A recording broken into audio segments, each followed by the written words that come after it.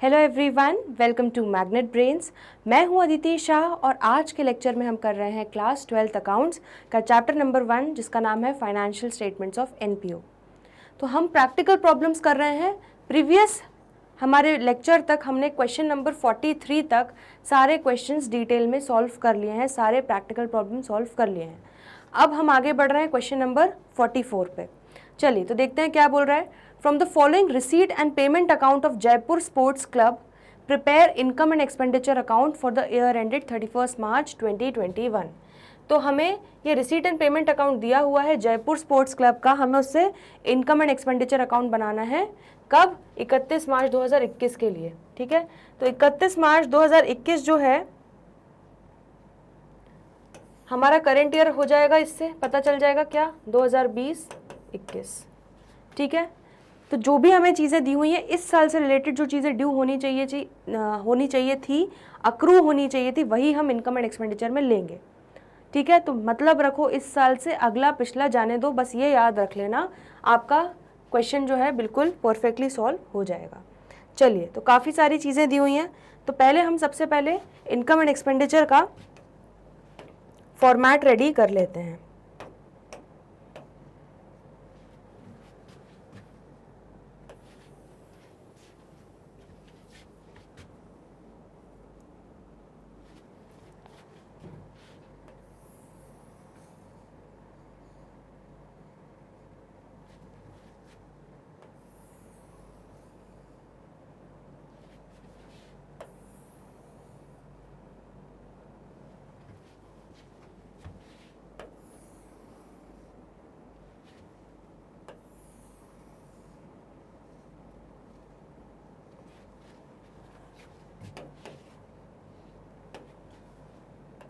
तो ये हमारा इनकम एंड एक्सपेंडिचर जो है, अब तो आप लोगों को फॉर्मेट अच्छे से याद हो जाना चाहिए। कोई आपसे नींद में भी उठा के बोले कि इनकम एंड एक्सपेंडिचर अकाउंट बनाओ, तो आपको बनाते आना चाहिए।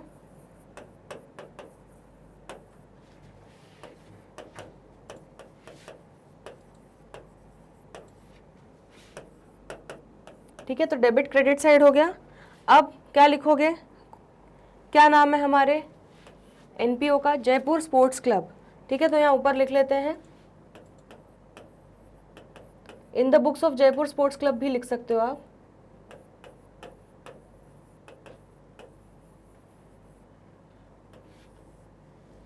ठीक है, ये हो जाएगा हमारा, मैं शॉर्ट में लिख रही हूँ इनकम एंड एक्सपेंडिचर अकाउंट, और ये लिख देंगे फॉर द ईयर एंडेड 31 मार्च 2021। चलिए, तो स्टार्ट कर रहे हैं बच्चों। सबसे पहले हम आ जाते हैं खर्चों के साइड। ठीक है, तो जहाँ पे भी पेमेंट्स हुए हैं देख लेते हैं उसमें से कौन कौन सी चीज़ें हम एज एक्सपेंस ट्रीट करेंगे इनकम एंड एक्सपेंडिचर के लिए। सबसे पहली चीज़ उन्होंने बोला कि रेंट हमने पे किया टोटल 60,000, लेकिन उसमें पिछले साल का, साल 19-20 का हमने 15,000 रुपये रेंट पे किया है, जो इसमें 60,000 में मिला हुआ है। तो हमें क्या रूल याद रखना है, मतलब रखो इस साल से अगला पिछला जाने दो। तो इस साल से रिलेटेड हमने कितना रेंट पे किया वो हम लिखेंगे। तो एक्सपेंडिचर में यहाँ पे लिखेंगे टू रेंट। ठीक है, कितना? 60,000 माइनस 15,000, 60,000 पेमेंट किया टोटल, और उसमें से 15,000 रुपये पिछले साल का था तो वो हटा देंगे। तो इस साल का कितना आ जाएगा? 45,000। ठीक है, चलो नेक्स्ट, इंश्योरेंस प्रीमियम।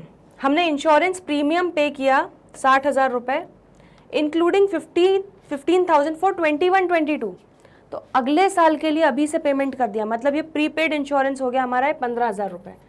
तो हमें बस रूल याद रखना है, मतलब रखो इस साल से अगला पिछला जाने दो, तो बस इस साल से रिलेटेड कितना हो जाएगा, तो यहाँ पे लिख लेंगे टू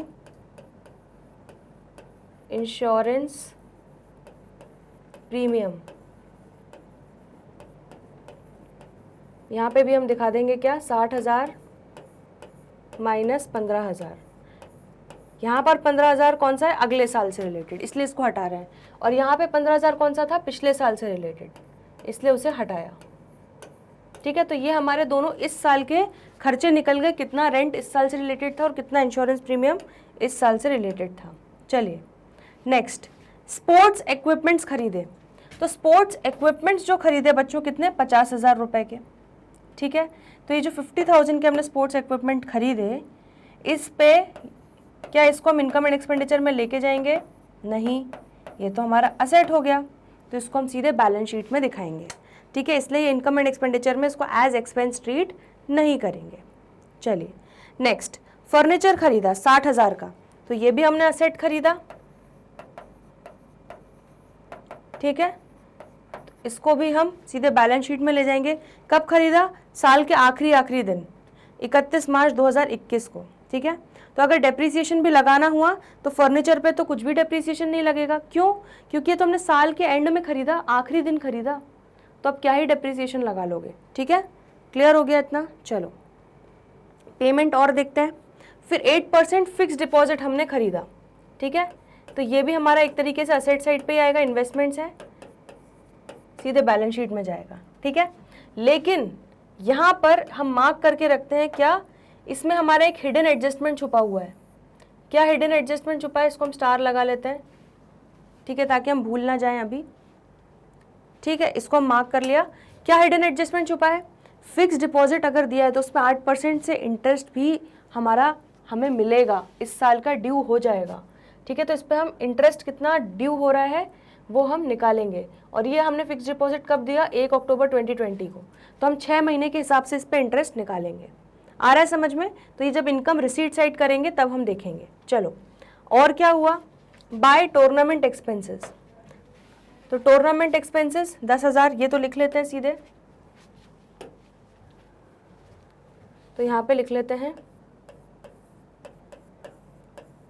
टू टूर्नामेंट एक्सपेंसेस, कितना, 10,000। चलिए नेक्स्ट, बुक्स। तो बच्चों बुक्स तो क्या है, बुक्स भी असेट है, इसको भी बैलेंस शीट में लेके जाएंगे। ठीक है, न्यूज़पेपर खरीदे, तो न्यूज़पेपर 1,000 रुपए के खरीदे, लिख लो इसको।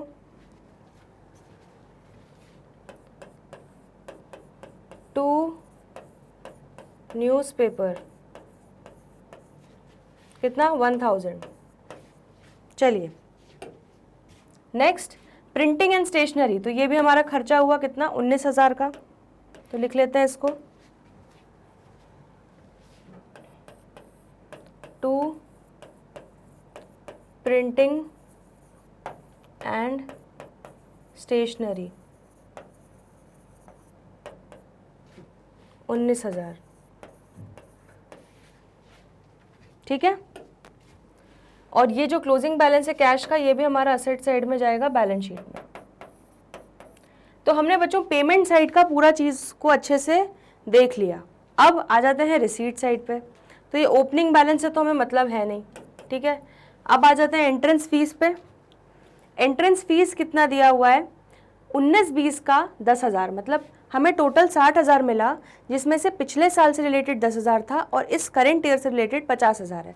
तो हम यहाँ पे सीधे सीधे क्या कर लेंगे, 50,000 ले लेंगे। ठीक है, चलो तो यहाँ पे लिख लेते हैं बाय एंट्रेंस फीस, कितना, 50,000। नेक्स्ट, हमें सब्सक्रिप्शंस मिले। ठीक है, कितने, टोटल 1,05,000 रुपए के सब्सक्रिप्शन का पैसा मिला। उसमें से 10,000 रुपये पिछले साल से रिलेटेड था, नहीं मतलब 90,000 इस साल से रिलेटेड था, हाँ इससे मतलब है, और 5,000 रुपये अगले साल से रिलेटेड था, इससे भी नहीं मतलब। ठीक है, तो जो 90,000 अब बच्चों इस साल से रिलेटेड है, यहाँ पे देखो एक छोटी सी जानकारी आपको दे दी गई, सिर्फ इतनी सी बात कह के उन्होंने आपको एक एडजस्टमेंट दे दिया। उन्होंने कहा कि 90,000 रुपये जो है ना बच्चों, ये टोटल सब्सक्रिप्शन जो इस साल के ड्यू होने चाहिए थे, ये सिर्फ उसका 90% हमें मिला है। आ रहा है समझ में। मतलब जो 10% नहीं मिला वो आउटस्टैंडिंग सब्सक्रिप्शन है, तो वो हमें निकालना पड़ेगा। ठीक है, कैसे निकालोगे? देखो यहाँ पे मैं यहीं पे रफ में सॉल्व करके दिखा रही हूँ। इसको आप कैसे निकालोगे? अगर हम टोटल सब्सक्रिप्शन को क्या मान लेते हैं, x, ठीक है, कि टोटल सब्सक्रिप्शन x है, तो 0.9x 90% ऑफ x आ रहा है समझ में, विल बी इक्वल टू 90,000। आ रहा है समझ में? ये मैंने क्यों किया, इस तरह के हम कर चुके हैं बच्चों क्वेश्चंस। तो x क्या हो जाएगा, 90,000 डिवाइडेड बाय 90% या 90,000 डिवाइडेड बाय 0.9, कितना हो जाएगा, 1 लाख रुपए। आया समझ में? तो 1 लाख रुपए हमारा x की वैल्यू निकल गई, मतलब 1 लाख रुपए हमारे टोटल सब्सक्रिप्शंस इस साल के जो हैं वो ड्यू हैं।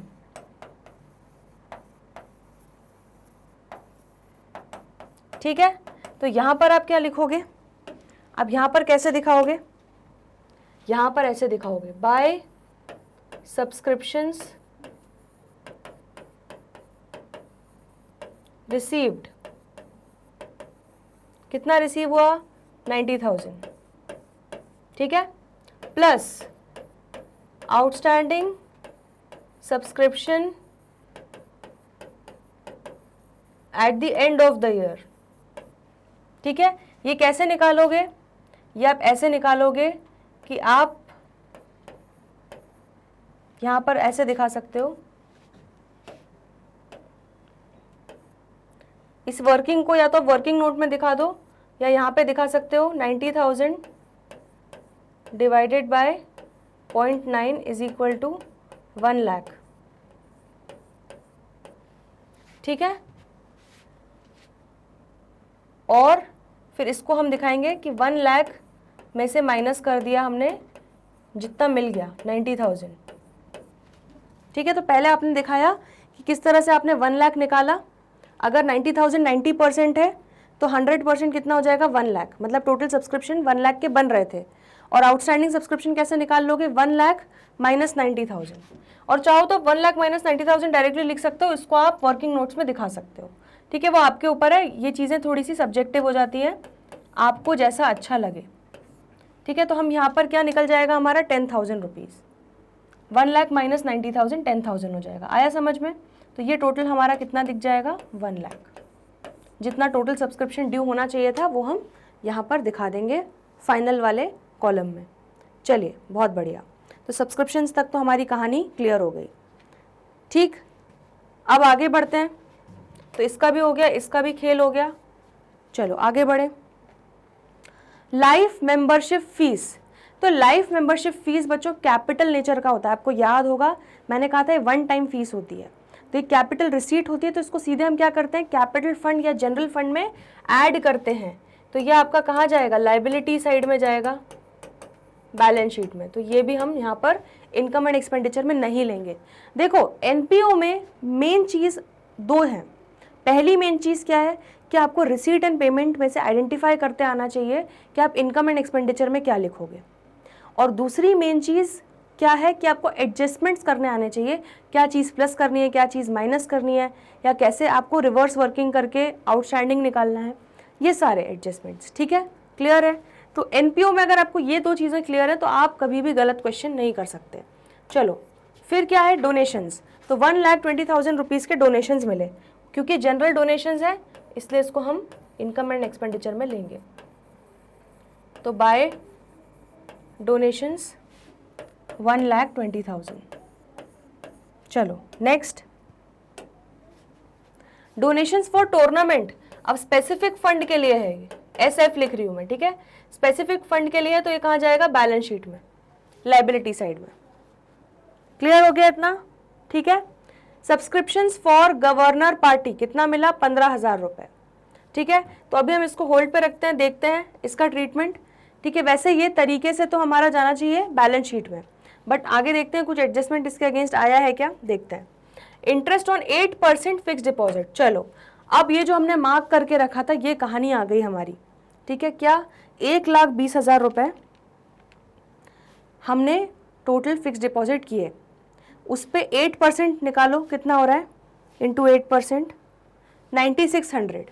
ठीक है। तो 9600 बच्चों पूरे साल का आ रहा है, लेकिन हमने कब लिया ये 1 अक्टूबर 2020। तो हमें इंटरेस्ट की हमारा जो टाइम है वो कब से, इंटरेस्ट की जो घड़ी है वो कब से चालू होगी हमारी चलना, 1 अक्टूबर से। तो अक्टूबर, नवंबर, दिसंबर, जैन, फेब, मार्च, 6 महीने, ठीक है। तो यहाँ पर हम कैसे कैलकुलेट करेंगे, इसको भी आपको वर्किंग नोट में दिखाना है, मैं आपको यहीं पे दिखा रही हूँ। तो 1,20,000 इंटू 8/100 इंटू 6/12 कितना हो रहा है ये, इंटू 6/12 कर लेते हैं, 4800, ठीक है। तो यहाँ पर आ गया आपका कि 4800 का आपका इंटरेस्ट बन रहा था, इस साल से रिलेटेड ड्यू हो रहा था, लेकिन आपको कितना एक्चुअली मिला 2400, लेकिन आपका इनकम एंड एक्सपेंडिचर में 4800 जाना चाहिए।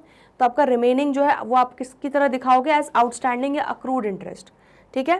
तो यहाँ पर दिखा देते हैं, चलो, by 8% interest on fixed deposit,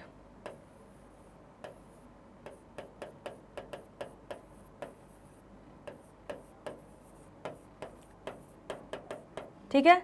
कितना कितना मिला हमें वो लिखते हैं पहले, 2400, ठीक है, plus outstanding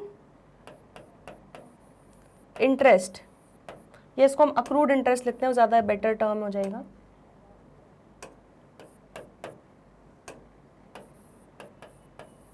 accrued interest,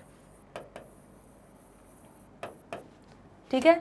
accrued interest कैसे निकालोगे, 1,20,000 पे 8% इंटू 6/12, ठीक है। मैं यहीं पे वर्किंग करके बता रही हूँ, इसको आप चाहो तो वर्किंग नोट में दिखा सकते हो, 4800, ठीक है। ये 4800 हो गया, और फिर आपने क्या किया, 4800 में से माइनस करके 2400 आ रहा है समझ में। तो 4800 आपका इंटरेस्ट बन रहा था टोटल इस साल का, और उसमें से आपको 2400 मिल चुका है। तो अब और कितना मिलना बाकी है, 2400 और मिलना बाकी है, तो उसको आप एज अक्रूड इंटरेस्ट दिखा दोगे, ठीक है।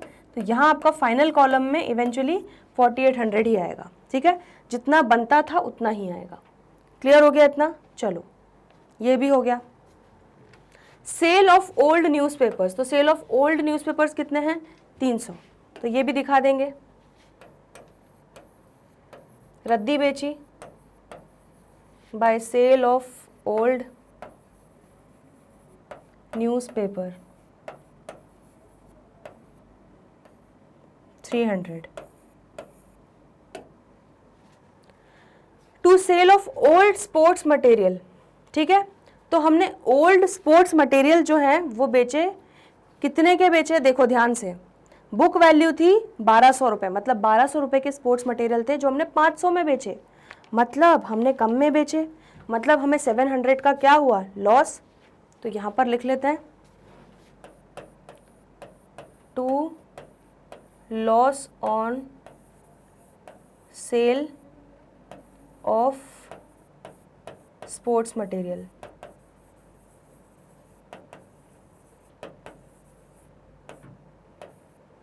ठीक है।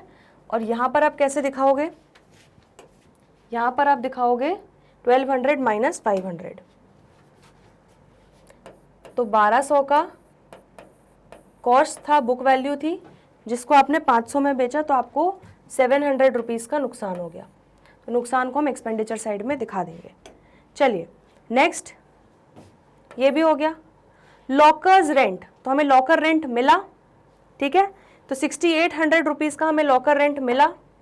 अच्छा, एक चीज़ गड़बड़ मत कर देना, यहाँ पर आप 500 सीधे उठा के यहाँ पे मत लिख देना कि 500 में बेचे, ये इनकम है, सॉरी 500 में बेचे, तो यहाँ पे मत लिख देना इनकम, ठीक है।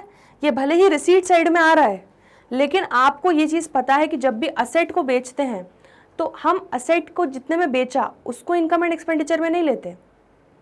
असेट को बेच के जो प्रॉफिट या लॉस हुआ उसको बेचने पे, उसको हम इनकम एंड एक्सपेंडिचर में लेते हैं, ठीक है। क्लियर है, बिल्कुल पीएनएल वाला कॉन्सेप्ट है बच्चों। चलो लॉकर रेंट मिला 6800, लेकिन उसमें से 600 रुपये जो था वो तो पिछले साल का था, 19-20 का था, तो हटा देंगे उसको। तो यहाँ पे लिखते हैं बाय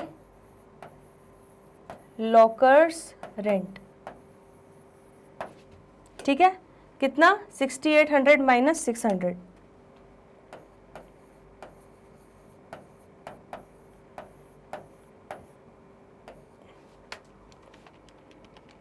कितना हो रहा है 6200।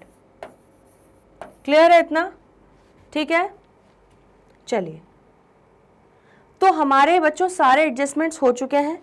एक बार रिव्यू कर लेते हैं कि हमने सारी चीज़ें ले ली है ना, और सारे पॉइंट्स, हिडन पॉइंट्स वगैरह सब ले लिए हैं।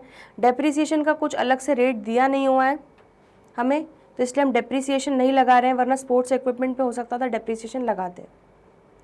ठीक है, तो कुछ भी नहीं दिया हुआ है, तो मतलब अब बारी आ चुकी है हमारी इस चीज़ को वाइंड अप करने की। तो एक छोटी सी बच्चों गलती हुई है, वो ये है कि यहाँ पर टूर्नामेंट एक्सपेंसेस नहीं आएंगे। क्यों नहीं आएंगे 10,000 रुपये? क्योंकि बच्चों अभी एक चीज़ मुझे रियलाइज़ हुई, देखो इस तरह से ना आप लोग कई बार गलती कर सकते हो, तो मतलब मुझे खुशी होती है जब मैं क्लास में पढ़ाते पढ़ाते अगर मुझसे कुछ गलती होती है, क्योंकि आपको ये चीज़ समझ में आएगी कि क्या होता है एग्ज़ाम में। हम एग्ज़ाम कंडीशन में जब क्वेश्चन सॉल्व करते हैं तो किस तरह की गलतियाँ आप कर सकते हो। ठीक है, वो तो अच्छा हुआ अभी एकदम से मुझे क्लिक हुआ। डोनेशन फॉर टूर्नामेंट आपका 50,000 रुपीज़ का दिया हुआ है, ठीक है, ध्यान से देखना। तो आपको तुरंत यहाँ पे डोनेशन फॉर टूर्नामेंट दिया है 50,000 रुपये। इसका मतलब क्या होगा कि अलग से स्पेसिफिक फंड बना है डोनेशन फॉर टूर्नामेंट का, मैंने तभी इसको बैलेंस शीट में करवाया था। वहीं पर जो ये टूर्नामेंट एक्सपेंसेस हैं बच्चों, ये टूर्नामेंट एक्सपेंसेस उस स्पेसिफिक फंड से, उस स्पेसिफिक गुल्लक से क्या होंगे, माइनस, तो ये भी बैलेंस शीट में ही जाने वाला है 10,000। आ रहा है समझ में? तो प्लीज़ इस क्वेश्चन में ये वाले इन दोनों को गोला बना के स्टार मार्क कर लो आप, क्योंकि क्या होगा आपको ये चीज़, ये जो गलती है आपको हमेशा याद रहेगी। जब एग्जाम में क्वेश्चन आएगा तो जब भी आप टूर्नामेंट एक्सपेंसेस देखोगे तो तुरंत आपके दिमाग में क्या क्लिक होना चाहिए कि डोनेशन फॉर टूर्नामेंट भी दिया हुआ है, मतलब इसका एक स्पेसिफिक फंड बनने वाला है बैलेंस शीट में। ठीक है, तो इसीलिए हमको ये टूर्नामेंट एक्सपेंसेस यहाँ इनकम एंड एक्सपेंडिचर में नहीं लेना है। आ रहा है समझ में? क्लियर हो गया?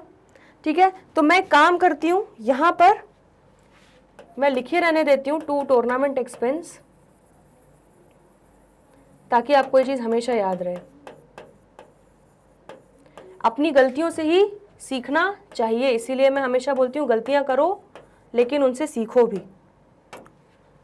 ठीक है, तो ये टूर्नामेंट एक्सपेंसेस मैं इसको यहाँ पे गोला लगा रही हूँ और मैं इसको क्रॉस लगा रही हूँ कि इसको हम कंसिडर नहीं करेंगे, इसको हम इनकम एंड एक्सपेंडिचर में नहीं लेंगे। आ रहा है समझ में? तो अब आपको ये चीज़, जब भी आप ये वाला सोल्यूशन देखोगे तो आपको ये चीज़ तुरंत देख के याद आ जाएगी कि ये गलती करने के चांसेस हैं। चलो बहुत बढ़िया, तो अब हमारा बच्चों क्वेश्चन पूरा कंप्लीट हो चुका है। अब देख लेते हैं एक बार हमारा सरप्लस कितना आ रहा है।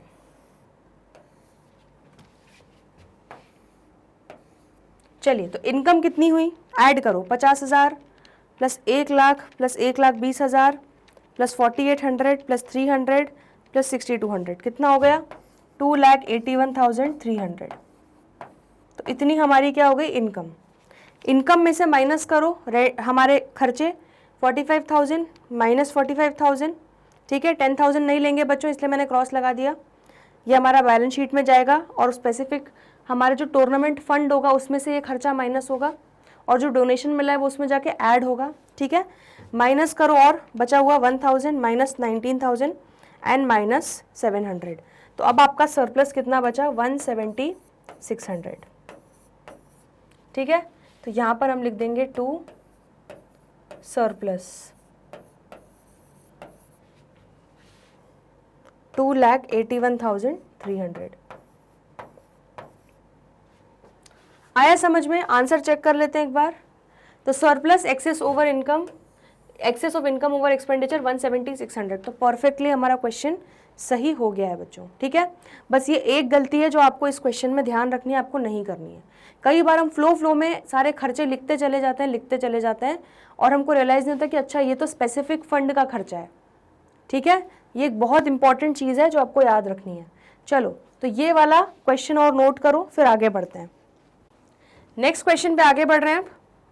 ऐसा ही एक क्वेश्चन हम लोग और देख लेते हैं बच्चों, क्वेश्चन नंबर 45, ठीक है।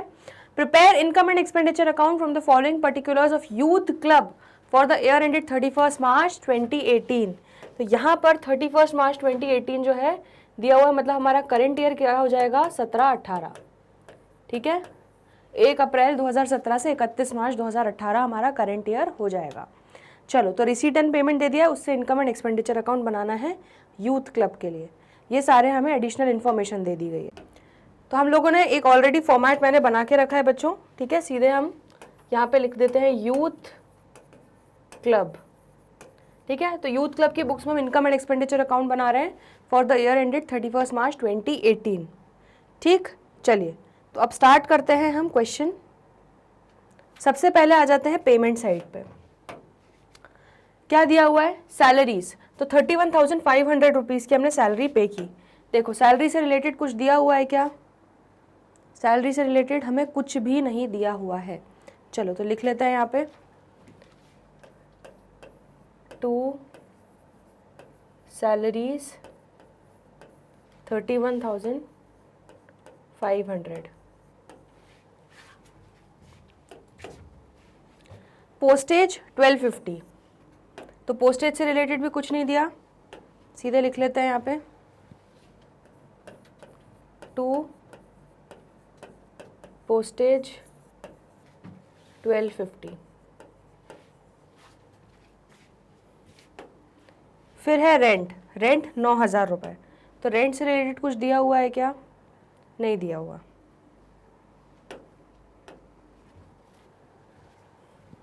तो 2 rent 9,000। Next printing and stationery. तो प्रिंटिंग एंड स्टेशनरी कितनी है, 14,000।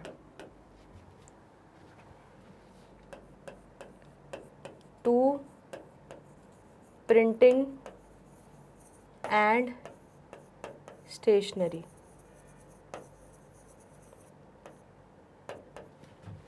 14,000।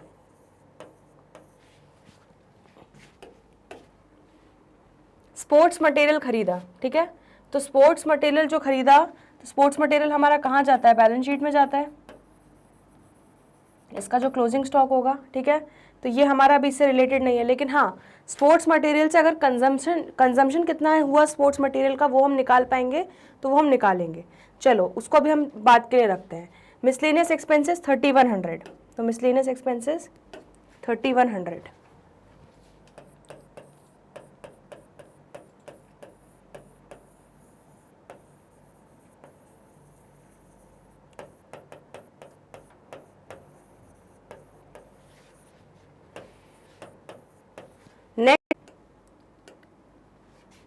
उसके बाद है फर्नीचर, ठीक है। तो फर्नीचर हमारा जाएगा बैलेंस शीट में। 10% इन्वेस्टमेंट 1 अक्टूबर को खरीदी, वो भी जाएगा बैलेंस शीट में। और क्लोजिंग बैलेंस जो है हमारा कैश का, वो भी जाएगा बैलेंस शीट में, ठीक है। तो अब बच्चों यहाँ पर कुछ भी जो एडजस्टमेंट्स हैं वो हम लोग अभी कर लेते हैं साथ साथ ही, ताकि हमारा बाद में जाके कोई भी पॉइंट मिस आउट ना हो जाए। तो सबसे पहले देख लेते हैं स्पोर्ट्स मटेरियल। स्पोर्ट्स मटेरियल 11,500 दिया हुआ है, ठीक है। 11,000 नहीं है, वो 11,500 दिया हुआ है बुक में। चलिए तो अब यहाँ पर हमें स्पोर्ट्स मटेरियल से रिलेटेड एक चीज़ दी हुई है, क्या कि value of sports material at the beginning and at the end of the year was 3,000 and 4,500 respectively. मतलब आपको ओपनिंग स्टॉक और क्लोजिंग स्टॉक दे दिया गया है। तो यहाँ पर क्रेडिटर्स वगैरह का कुछ बैलेंस तो दिया नहीं है, तो सीधे जो ये स्पोर्ट्स मटेरियल लिखा है 11,500, हम क्या मान लेंगे कि परचेज वाला अमाउंट है, ठीक है।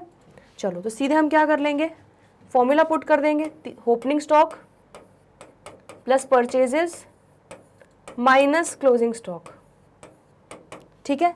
तो कितना आ जाएगा ये, 3,000 प्लस 11,500 माइनस 4,500, तो ये हमारा 10,000 आ गया। तो 10,000 आपका क्या निकल गया, ये आपका आ जाएगा कंज्यूम्ड, स्पोर्ट्स मटेरियल कंज्यूम्ड, ठीक, तो चलो इसको हम दिखा देते हैं और हमारा ये थर्ड वाला एडजस्टमेंट भी इसी बहाने हो जाएगा। चलिए तो यहाँ पे लिख देते हैं 2 स्पोर्ट्स मटेरियल कंज्यूम्ड। ठीक है, कितना यहाँ पर आप दिखा सकते हो, ओपनिंग स्टॉक था 33,000 सॉरी, प्लस परचेजेस था 11,500 माइनस 4,500। ठीक है, तो ये हमारा कितना हो जाएगा 10,000। हुआ क्लियर? तो हमने ये स्पोर्ट्स मटेरियल वाला एडजस्टमेंट भी कंप्लीट कर लिया। चलो उसके बाद क्या दिया है, फर्नीचर। फर्नीचर से रिलेटेड हमें एक एडजस्टमेंट दिया है कि डेप्रिसिएशन हमें प्रोवाइड करना है फर्नीचर पे 10% पर एनम के हिसाब से। ठीक है, और यहाँ पर हम दिखा रहे हैं कि हमने फर्नीचर कब खरीदा, 1 अक्टूबर को। तो हमारी जो डेप्रिसिएशन की जो घड़ी है वो कब से चालू हो जाएगी, 1 अक्टूबर से चालू होगी। ठीक है, तो मतलब फर्नीचर को 1 अक्टूबर से खरीदा, तो मतलब अक्टूबर, नवंबर, दिसंबर, जैन, फेब, मार्च, तो मार्च तक हमारा फर्नीचर पे कितना लगेगा, 20,000 का फर्नीचर खरीदा। उस पर हमारा लिख लेते हैं, चलो यहाँ पे 2 डेप्रिसिएशन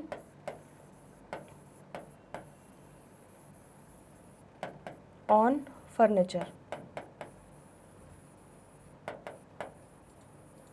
ठीक है, तो 2 डेप्रिसिएशन ऑन फर्नीचर हमारा 20,000 का फर्नीचर था, उस पर 10% रेट से लगाया, लेकिन क्योंकि अक्टूबर में ख़रीदा है तो 6 महीने का ही लगाएंगे। ठीक है, तो कितना हो जाएगा 20,000 इंटू 10% इंटू 6/12, तो ये आपका आ जाएगा 1,000। तो हमने ये वाला एडजस्टमेंट भी यहाँ पर कर लिया। चलिए नेक्स्ट, 10% इन्वेस्टमेंट दिया हुआ है। ठीक है, तो एक बार यहाँ पे देख लेते हैं कि हमें इन्वेस्टमेंट का कुछ इंटरेस्ट दिया हुआ है क्या, नहीं दिया हुआ। तो बच्चों ये जो है ये 10%, ये हमारा एक हिडन एडजस्टमेंट है। ठीक है, उन्होंने बोला है कि हमने इन्वेस्टमेंट 70,000 रुपये की खरीदी 1 अक्टूबर 17 को। ठीक, तो 70,000 की इन्वेस्टमेंट्स खरीदी, उस पर 10% का इंटरेस्ट मिलेगा, मतलब 7,000 का इंटरेस्ट मिलेगा पूरे साल का। लेकिन हमने कब खरीदी, अक्टूबर, तो हमारा इंटरेस्ट कब से काउंट होना चालू होगा, अक्टूबर, नवंबर, दिसंबर, जैन, फेब, मार्च, तो 6 महीने के लिए होगा। ठीक है, तो इसको अभी हम बच्चों लगे हाथ लिख लेते हैं ताकि मिस आउट ना हो जाए। तो यहाँ पे लिख देते हैं बाय इंटरेस्ट। अब क्योंकि हमें मिला नहीं है तो उसको हम अक्रूड इंटरेस्ट बोलते हैं, वो ज़्यादा बेटर रहेगा। ठीक है, तो by accrued interest on 10% investments.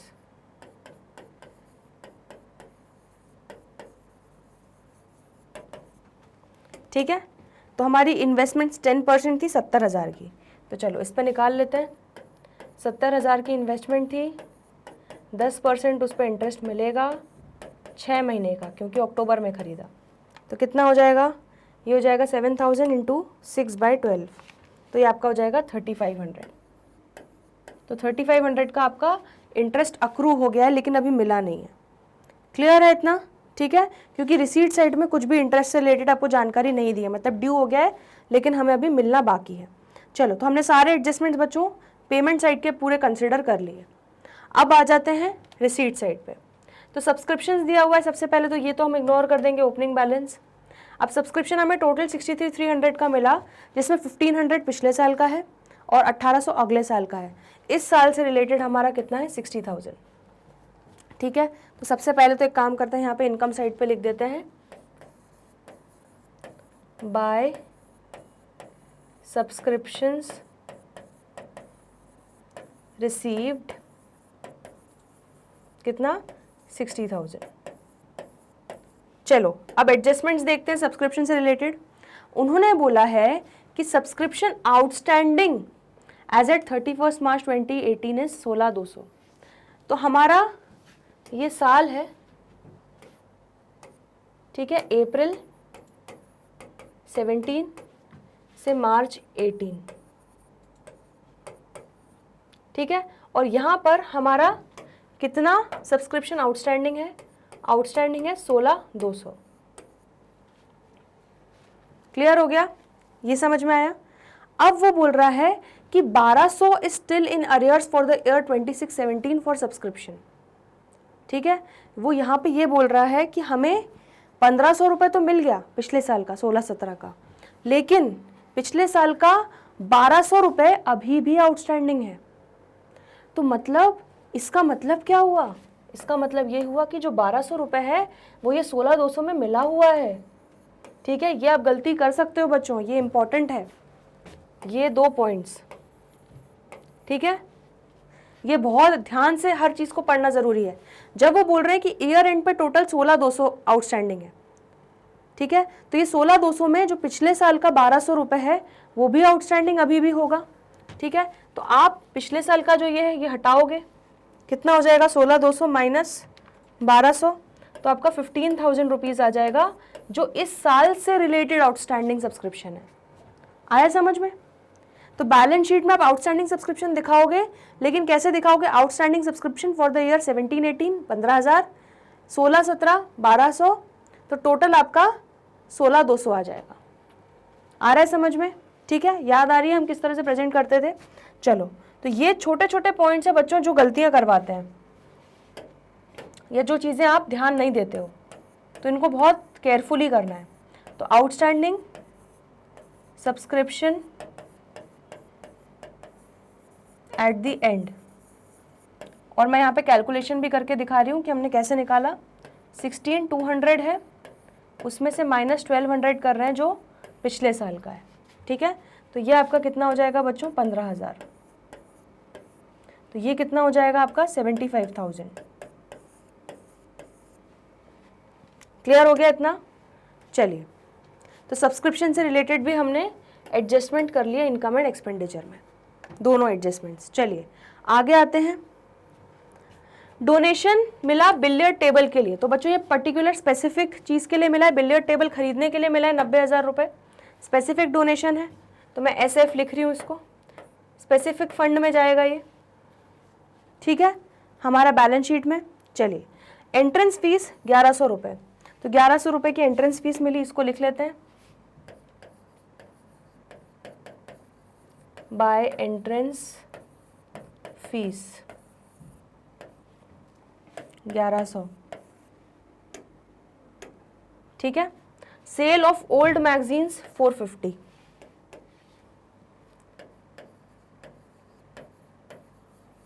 Bye sale of old magazines. ठीक है, 450। तो अब एक बार देख लेते हैं हमने सारी चीज़ें ले ली क्या, सारे एडजस्टमेंट्स कवर कर लिए, और हमने सारे आइटम्स भी ले लिए रिसीट्स और पेमेंट से। चलिए, तो अब बस बारी है बच्चों हमें receipt and income and expenditure account को वाइंड अप करके सरप्लस या डेफिसिट निकालना है। चलो, इनकम कितनी हुई, लगाओ टोटल 3,500 प्लस 75,000 प्लस 1,100 प्लस 450, तो ये कितना हो गया 80,050, माइनस खर्चे कौन कौन से हुए 31,500 minus 1,250 minus 9,000 minus 14,000 minus 3,100 minus 10,000 and minus 1,000, तो आपका 10,200 रुपीज़ का excess of income over expenditure आ गया, दैट मीन्स 2 सरप्लस आ गया। ठीक है, आंसर चेक कर लेते हैं एक बार, कितना आ रहा है 10,200 सरप्लस। तो परफेक्ट आंसर आ गया बच्चों हमारा क्वेश्चन नंबर 45 का भी। चलो इसको एक बार रिव्यू कर लो, कोई डाउट हो तो पूछ लो।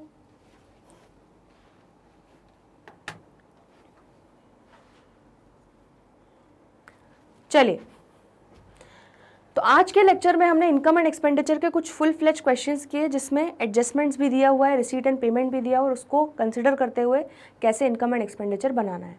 तो हमने क्वेश्चन नंबर 44 और 45 आज कवर कर लिया है। अगर कोई भी डाउट हो इसमें, ठीक है, प्लीज़ पूछ लेना, कमेंट सेक्शन में आप लिख दीजिएगा। चलिए, तो जल्दी मिलते हैं बाकी के सारे क्वेश्चंस करने के लिए, तब तक के लिए गुड बाय।